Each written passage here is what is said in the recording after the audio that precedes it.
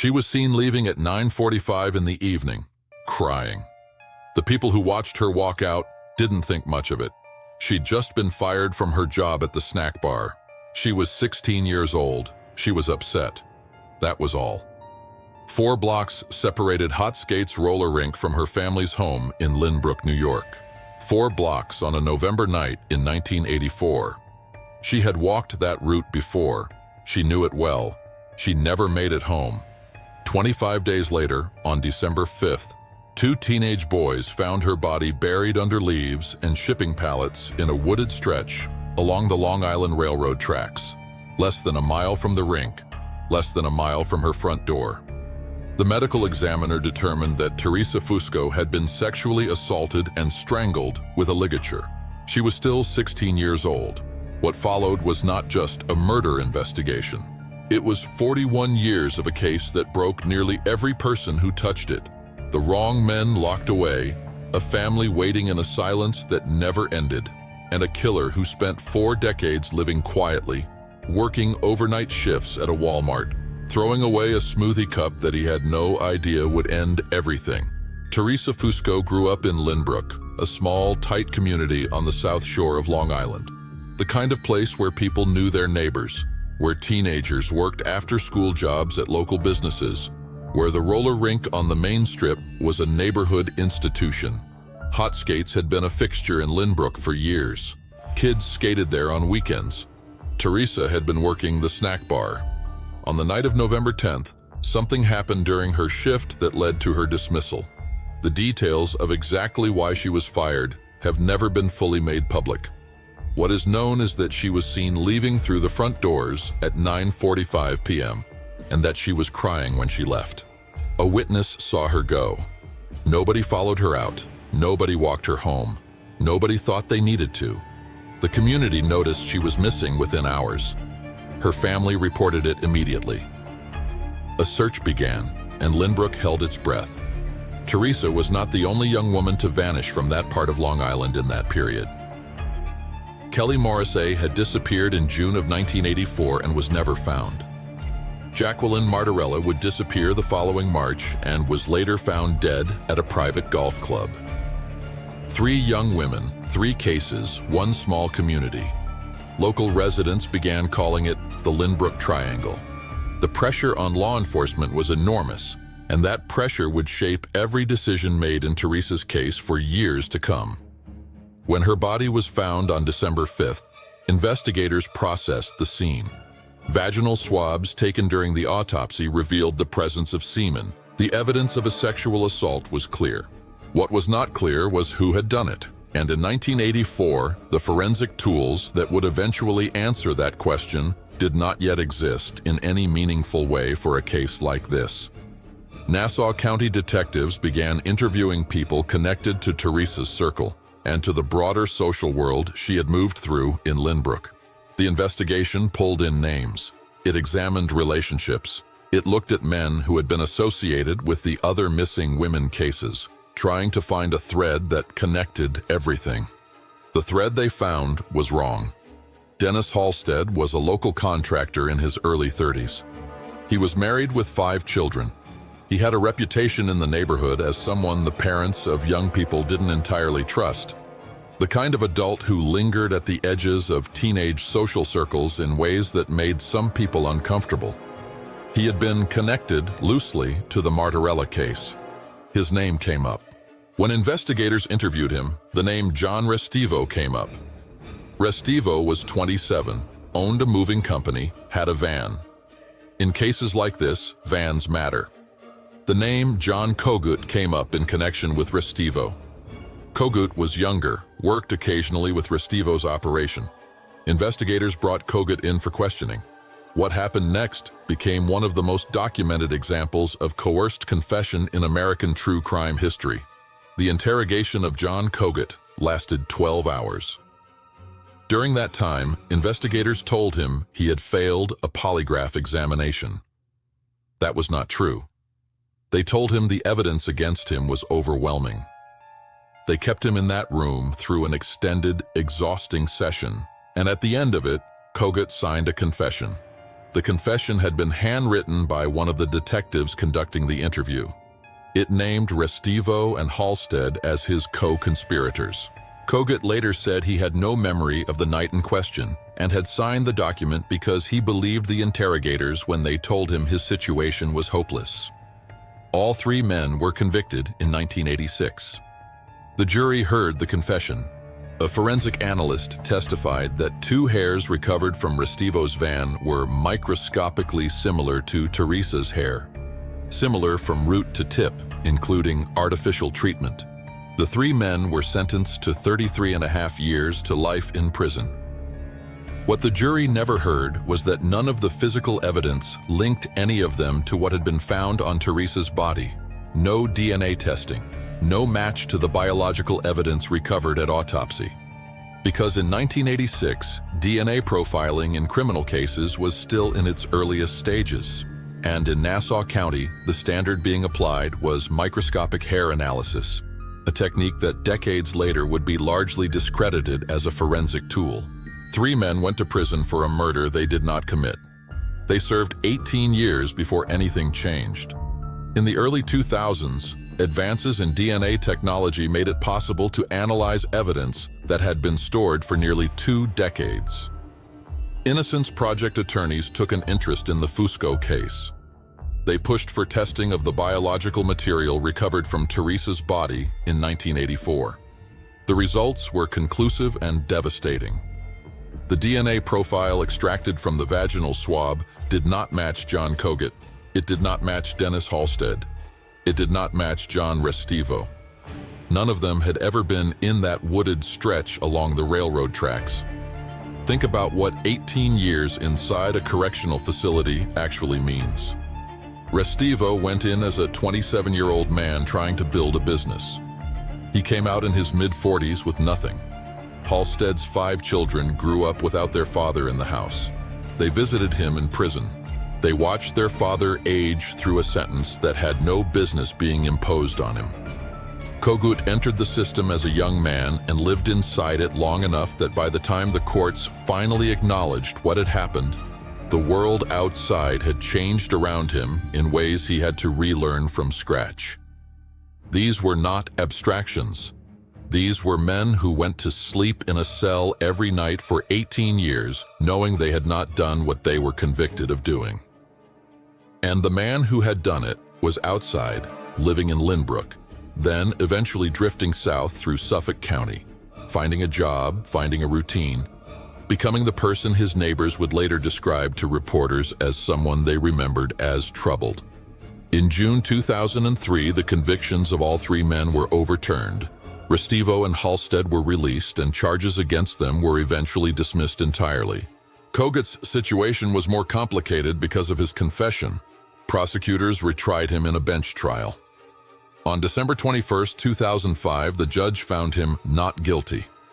3 men had collectively served approximately 54 years in prison for a crime they did not commit. In 2014, a federal jury awarded John Restivo and Dennis Halstead $18 million each in their civil wrongful prosecution case against Nassau County and the investigators involved. The county cut the checks. John Kogut's civil case went differently. The jury found no police misconduct in his case and awarded him nothing. He had signed a confession. That was the difference. The DNA profile from 1984 sat in the evidence files with no name attached to it. Theresa Fusco's case remained open. The biological material that had been collected the night her body was found, the evidence that had exonerated 3 innocent men, was still there. It still pointed to someone. It just didn't yet have a face. For years, investigators ran the profile against every database available. No match came back. The person who had killed Theresa Fusco in 1984 had never been arrested for anything that required a DNA sample. He had lived inside the ordinary world, invisible to the systems designed to find people like him. Thomas Fusco, Theresa's father, spent every year of those 4 decades waiting. He had watched 3 men convicted and then exonerated. He had watched the case go cold, come alive again, and go quiet. He had stood at press conferences and spoken to reporters and never stopped making clear that his daughter had not been forgotten. His wife, Theresa's mother, died in 2019. The same year, Hot Skates roller rink closed permanently. She never learned who killed her daughter. In August 2023, Nassau County investigators made a decision that would change everything.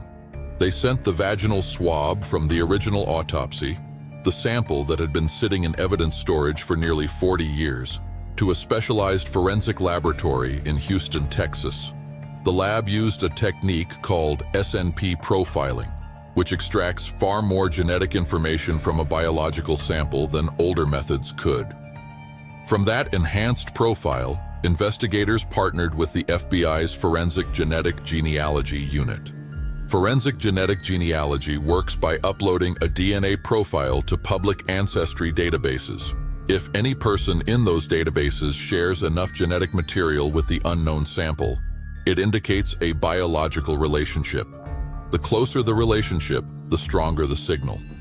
From distant relatives, second cousins, third cousins, genealogists build family trees backward through generations, using public records, birth certificates, marriage records, death notices, and whatever documentary thread can be followed. It is painstaking work. It is not guaranteed to produce results, and it requires that someone in the suspect's extended family has voluntarily submitted their DNA to one of the consumer ancestry platforms, unaware that they have just given investigators a thread that leads eventually to a relative they may not know well, living a quiet life in a corner of Long Island. The FBI's Forensic Genetic Genealogy Unit followed that thread.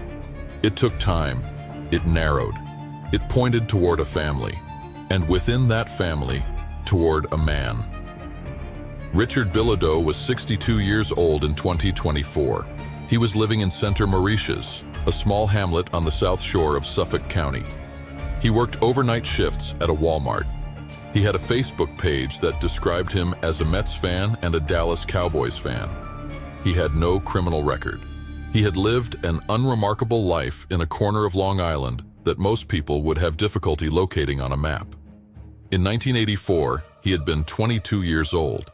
He had been living with his grandparents on Treadwell Avenue in Lynbrook, 1 mile from Hot Skates roller rink, 1 mile from the wooded stretch where Theresa's body was found, 1 mile from the house where Theresa Fusco was waiting for his daughter to come home. He had never been questioned. His name had never appeared in the original investigation. While 3 other men were arrested, convicted, and sent to prison, Richard Bilodeau had continued his life in Lynbrook and eventually drifted to other parts of Long Island, settling quietly in Suffolk County, showing up to his overnight shift, going home, repeating the cycle.